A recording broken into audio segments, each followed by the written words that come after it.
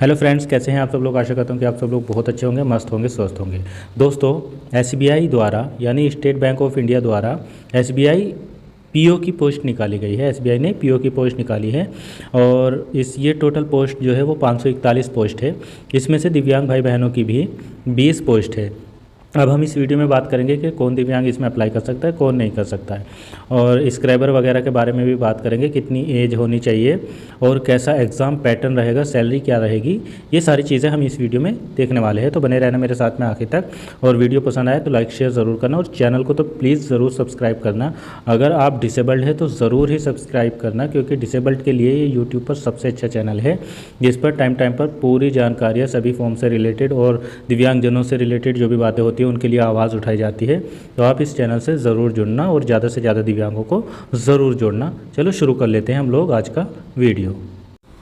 देखो दोस्तों, यहाँ पर टोटल वैकेंसी जैसे मैंने आपको बताई है, एससी की यहाँ पर 80 है। इसमें बैकलॉग और रेगुलर वैकेंसियाँ दोनों हैं, तो मैं अभी ऐसे बता रहा हूँ। और एससी की जो है वो 73 है, ओबीसी की 135 और ईडब्ल्यूएस की 50 और जनरल की भी यहाँ पर 203 है। टोटल वैकेंसी यहाँ पर 541 है। अगर मैं डिसेबल्ड भाई बहनों की बात करूँ तो यहाँ पर जो वीआई है, दृष्टिबाधित है, उनकी 5 पोस्ट है। एचआई वालों की, हियरिंग इम्पायर्ड वालों की भी 5 पोस्ट है। लोकोमोटर डिसेबल्ड यानी ओएच कैटेगरी वालों की भी यहाँ पर 5 पोस्ट है। और जो मल्टीपल डिसेबल्ड वगैरह है उन सब की भी यहाँ पर 5 पोस्ट है। अब इसमें पूरा स्ट्रक्चर समझ लो, कब से कब तक फॉर्म भरे जा रहे हैं, कब एग्ज़ाम वगैरह होगा। देखो, ये ऑनलाइन फॉर्म फिल होना शुरू हो गए हैं 24 जून 2025 से, और ये 14 जुलाई 2025 तक फॉर्म भरे जाएंगे। आप पेमेंट कर सकते हैं यहाँ पर 24 जून 2025 से 14 जुलाई तक ही कर सकते हैं। और जो आपका प्रीलिम्स होगा उसका कॉल लेटर आपका 3 से 4 वीक के अंदर जुलाई की में आ जाएगा। और आपका फ़ेज़ 1 का जो एग्ज़ाम होगा वो जुलाई अगस्त में हो जाएगा। बाकी इसका रिज़ल्ट भी अगस्त सितंबर में आ जाएगा 2025 में। और मेन जो एग्ज़ाम होगा उसका जो एडमिट कार्ड वगैरह होगा वो अगस्त सितंबर में ही डाउनलोड होने लगेगा, मतलब उसकी डेट वगैरह आ जाएगी। और आपका सेकंड एग्ज़ाम भी सितंबर 2025 में हो जाएगा। और मेन एग्ज़ाम का जो रिज़ल्ट है वो भी सितंबर अक्टूबर 2025 में आ जाएगा। और थर्ड एग्ज़ाम जो होगा आपका, उसका जो कॉल लेटर है वो भी आपका अक्टूबर नवंबर में आ जाएगा 2025 में। और इसका जो फ़ेज़ 3 होगा वो अक्टूबर नवंबर में ही हो जाएगा। फिर आपका इंटरव्यू वगैरह भी अक्टूबर नवंबर में हो जाएगा। और फाइनल रिज़ल्ट आपका नवंबर दिसंबर 2025 में आ जाएगा। और अगर कोई ऐसे भाई बहन हैं, एससी एसटी या दिव्यांगजन जो प्री एग्ज़ामिनेशन ट्रेनिंग करना चाहते हैं तो उनको जुलाई अगस्त में कराई जाएगी। तो देखो, ये बहुत अच्छी वैकेंसी होती है। देखो भाई, इसका पेपर तो हार्ड होता है क्योंकि पीओ लेवल की वैकेंसी है, तो इसका पेपर भी हार्ड होता है और इसका इंटरव्यू वगैरह भी अच्छा खासा हार्ड होता है। तो इसके लिए बहुत अच्छी तैयारी चाहिए इसमें अप्लाई करने के लिए। हालांकि ये वैकेंसी बहुत अच्छी होती है क्योंकि इसमें 2-3 या 4 महीने के अंदर अंदर ही आपकी सब कुछ एग्ज़ाम भी करा लिया जाता है, रिज़ल्ट वगैरह भी आ जाता है और आपकी ज्वाइनिंग भी हो जाती है। तो इसलिए उस अंदाज से देखो तो बहुत अच्छी वैकेंसी है। लेकिन इसका पेपर, जब पेपर होता है तो पेपर काफ़ी हार्ड होता है और टाइम बहुत कम होता है, उस टाइम में ही सब कुछ करना होता है। इसलिए आप अच्छे से तैयारी करिए और इसका फॉर्म ज़रूर अप्लाई करिए। चलिए अब हम देख लेते हैं कौन कौन सी डिसेबिलिटी वाले इसमें अप्लाई कर सकते हैं। सबसे पहले हम एज की बात कर लेते हैं। यहाँ पर 21 वर्ष से लेकर 30 वर्ष तक की एज मांगी गई है। लेकिन जितने भी डिसेबल्ड भाई बहन हैं वो अगर जनरल के हैं तो 10 साल की छूट मिलेगी, ओबीसी के हैं तो 13 साल की छूट मिलेगी, और एससी एसटी के हैं तो उनको 15 साल की छूट यहाँ पर मिलेगी। अगर हम इसमें क्वालिफ़िकेशन की बात करें तो सिर्फ़ और सिर्फ आपके पास में ग्रेजुएशन होना चाहिए। अगर आप फाइनल ईयर में हैं या आप फाइनल सेमेस्टर में हैं तो भी आप इसमें अप्लाई कर सकते हैं। बस 30 सितंबर 2025 से पहले आपका रिज़ल्ट आ जाना चाहिए। तो बस इसमें कोई एक्सपीरियंस कुछ नहीं मांगा, सिर्फ़ और सिर्फ आपसे ग्रेजुएशन मांगा है। अब देख लेते हैं कि कौन कौन डिसेबल्ड इसमें अप्लाई कर सकते हैं। देखो, ब्लाइंड, अगर पूर्ण रूप से ब्लाइंड, दृष्टिबाधित है और या लो विज़न है तो अप्लाई कर सकते हैं। हार्ड ऑफ हियरिंग, मतलब इसमें डेफ वाले नहीं अप्लाई कर सकते हैं, एचएच वाले अप्लाई कर सकते हैं। और लोकोमोटर डिसेबिलिटी की अगर मैं बात करूं यहाँ पर, तो देखो ये इसमें अगर किसी के एक हाथ में प्रॉब्लम है अप्लाई कर सकते हैं, दोनों हाथों में प्रॉब्लम है अप्लाई कर सकते हैं, या एक पैर में या दोनों पैरों में। इसके अलावा अगर हम बात करें एक हाथ एक पैर में, या अगर सीपी है, लेप्रोसी क्योर्ड है, डाउन सिंड्रोम है, एसिड अटैक है, या इसके अलावा भी अगर हम बात करें एसडी वाले हैं यानी स्पाइनल डिफॉर्मिटी या SI वाले हैं, अगर स्पाइनल इंजरी वाले, तो भी अप्लाई कर सकते हैं। और इसके अलावा ऑटिज़म वगैरह है या माइल्ड ऑटिज़म वाले हैं या मेंटल इलनेस वाले हैं तो भी अप्लाई कर सकते हैं। और अगर किसी में मल्टीपल डिसेबिलिटी है तो वो भी यहाँ पर अप्लाई कर सकते हैं। अब देखो स्क्राइबर वगैरह के लिए यहाँ पर देख लो आराम से, यहाँ पर दिया है इन्होंने कि जो 40% से ज़्यादा है, 40% से नीचे नहीं होना चाहिए। इसका मतलब इन्होंने 40% या 40% से ऊपर तक को एलिजिबल किया है।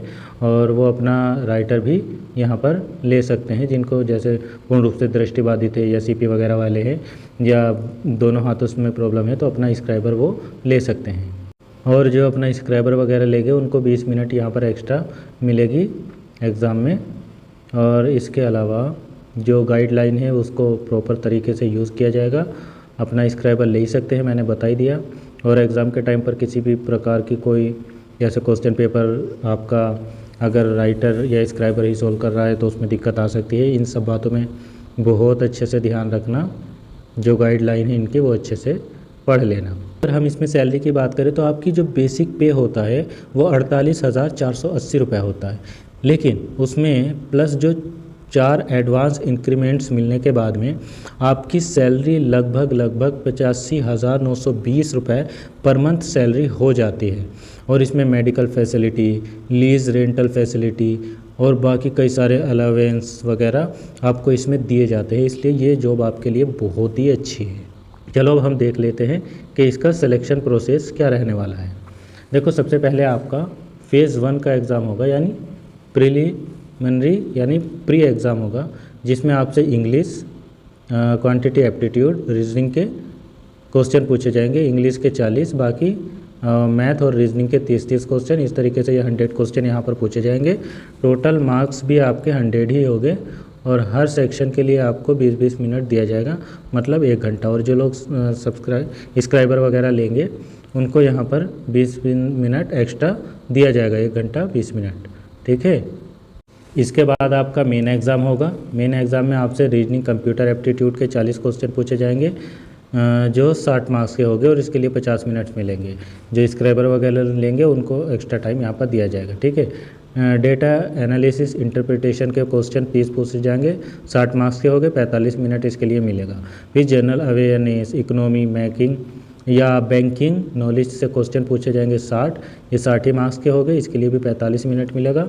इंग्लिश लैंग्वेज के 40 क्वेश्चन पूछे जाएंगे, 20 मार्क्स के हो गए और 40 मिनट इसके लिए भी मिलेगी। इस तरीके से टोटल क्वेश्चन हुए 170 और टोटल मार्क्स हुए यहाँ पर 200 यानी 200 और 3 घंटे का टाइम। बाकी स्क्राइबर वगैरह वालों को अलग से टाइम दिया जाएगा। फिर आपका इसमें डिस्क्रिप्टिव पेपर भी होगा, जिसमें communication skill, emails, report, situation analysis या प्रेसिस राइटिंग के 3 क्वेश्चन पूछे जाएंगे, जो 50 नंबर के होंगे। इस तरीके से 250 नंबर का आपका पेपर हो जाएगा। तो डिस्क्रिप्टिव पेपर होगा, उसके लिए भी आपको 30 मिनट दिए जाएंगे। इसके बाद आपका सिलेक्शन जो होगा वो 3rd फेज़ में पहुंच जाएगा।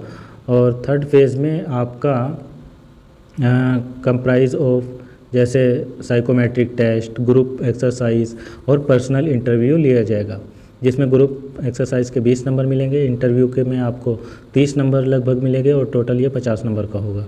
तो इस 50 में से कम 40 से 45 नंबर लाना बहुत ज़रूरी होता है। ये बहुत ज़रूरी मार्क्स होते हैं आपके लिए। फिर इसके बाद में आपका सीधा यहाँ पर सिलेक्शन का प्रोसेस चालू हो जाएगा, फाइनल मेरिट वगैरह आपकी बन जाएगी और आपका सिलेक्शन हो जाएगा। बाकी दोस्तों फॉर्म किस तरीके से फिल करना है अगर आप कहेंगे तो मैं बता दूंगा। और इसमें एक चीज़ और है कि दिव्यांग भाई बहनों की इसमें कोई फ़ीस नहीं लगने वाली है, ठीक है। आप फ्री ऑफ कॉस्ट में अपने मोबाइल से, अपने हाथ से ही इसका फॉर्म जो है वो अप्लाई कर सकते हैं, क्योंकि यहाँ पर कोई भी फ़ीस आपकी नहीं लगेगी। बाकी आप इंडिया में कहीं से भी है आप इसमें अप्लाई कर सकते हैं। सेंटर भी आप अपने एरिया में कहीं भी जहाँ आपका मन हो वहाँ सेंटर ले सकते हैं। ऑल इंडिया के सेंटर इन्होंने दिए हैं हर स्टेट में, ठीक है। तो जहाँ भी आपका मन हो वहाँ आप सेंटर ले सकते हैं। बाकी फॉर्म फिल करते समय आपको हैंड राइटिंग वगैरह ये अपलोड करनी होती है, ये यहाँ से देख लेना और अपना हैंड राइटिंग अपलोड वगैरह कर देना। बाकी कुछ इसमें ऐसा बताने के लिए अब है नहीं है। चलो वीडियो पसंद आई हो तो लाइक शेयर कर दो, चैनल को सब्सक्राइब ज़रूर कर लो। मिलता हूँ फिर किसी और वीडियो में जल्दी ही। Thank you so much.